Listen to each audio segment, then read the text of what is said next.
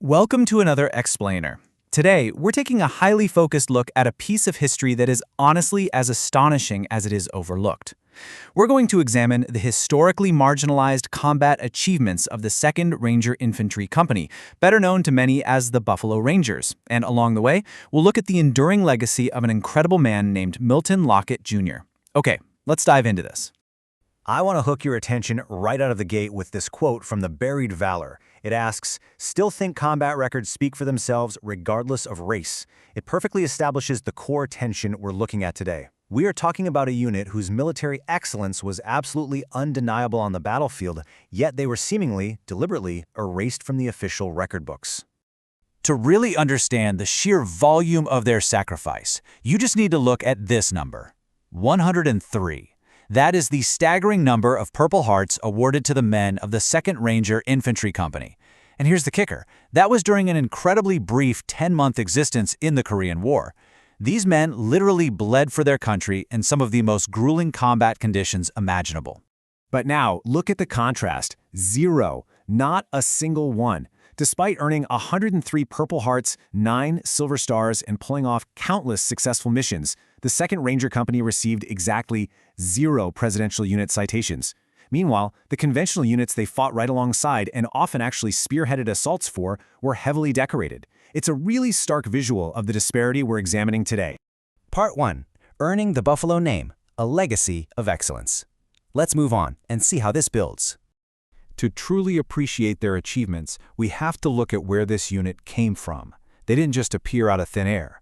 If we trace their historical lineage, you'll see it starts way back in 1866, right after the Civil War, with the formation of the original Buffalo Soldiers in the 9th and 10th Cavalry.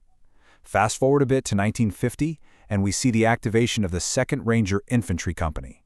The very next year, 1951, they execute the historic Operation Tomahawk combat jump, and by 1959, the legacy continues as Milton Lockett Jr. breaks entirely new ground. These men were trailblazers in literally every era. You know, the nickname Buffalo Rangers is a direct homage to those original 1866 soldiers, and it wasn't a name given to them by the government either. It was actually a title of deep respect given by the Plains tribes. They saw these men fighting with a ferocity they hadn't seen in white units, noting their dark skin and curly hair, and they named them after the sacred, unstoppable force of the buffalo.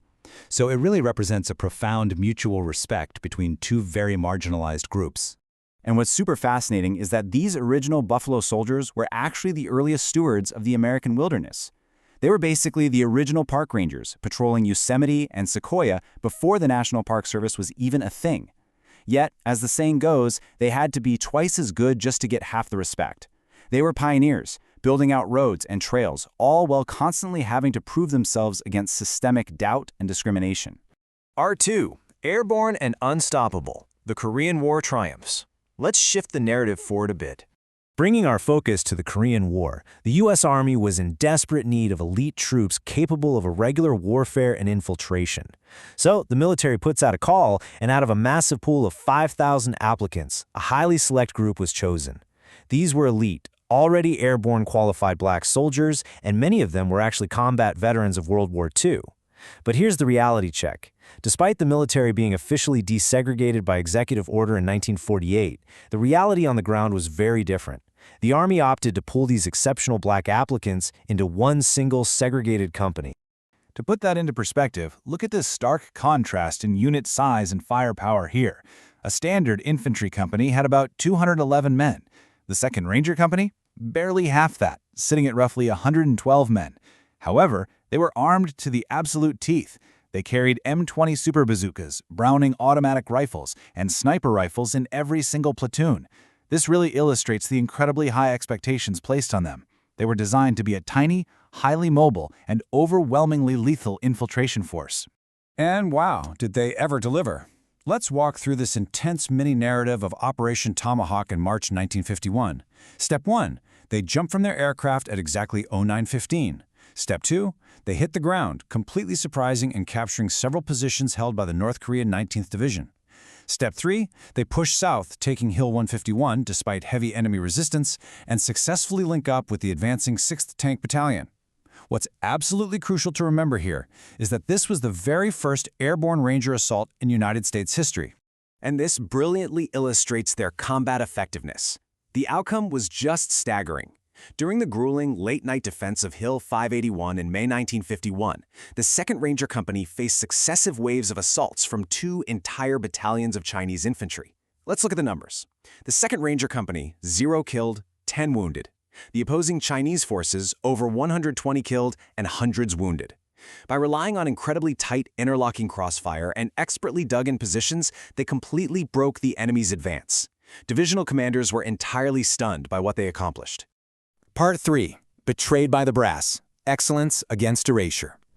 Despite their heroism and tactical brilliance, the narrative takes a pretty dark pivot here. We have to look at the internal, systemic racism these soldiers faced from their own chain of command. This next official order requires our objective attention.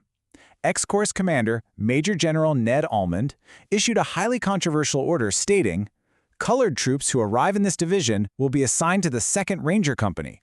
Personnel will not be mixed within units." By doing this, the command flooded this highly specialized, elite Ranger unit with untrained, non-airborne replacements simply to maintain a strictly segregated division. It was a move that directly and quite obviously undermined the Rangers' combat readiness.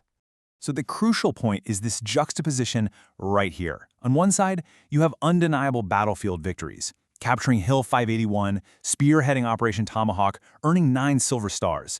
On the other side, you have the Army's shocking official justification for disbanding them just a few months later.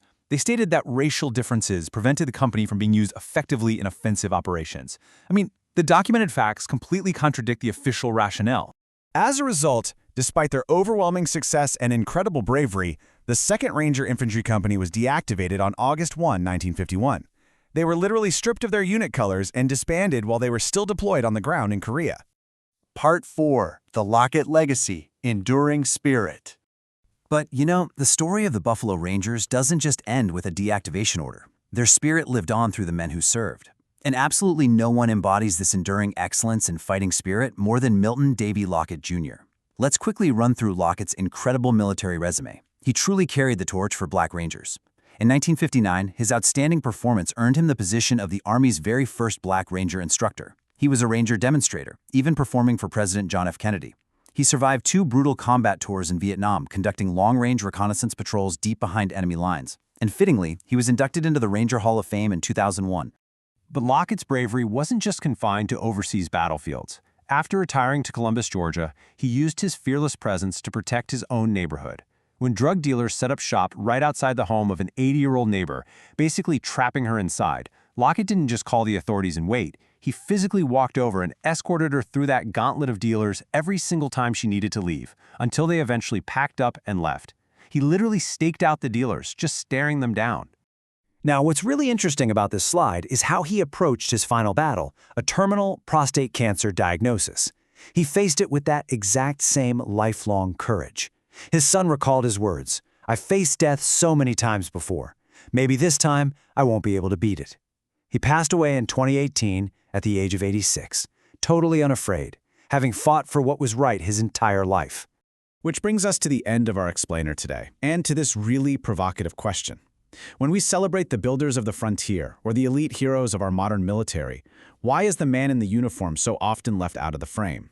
The Buffalo Rangers and men like Milton Lockett Jr. proved their absolute excellence in the face of incredible danger and systemic erasure. It challenges all of us to rethink who gets written into the history books and who we need to actively remember. Thank you so much for joining me for this explainer. Keep questioning the frame.